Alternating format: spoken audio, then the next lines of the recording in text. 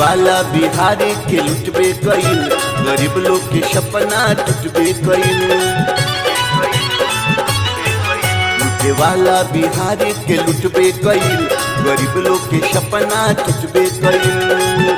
भाग्य से ऐसन मौका मिलल बाटे, एके जनी गवई हो, एके जनी गवई हो।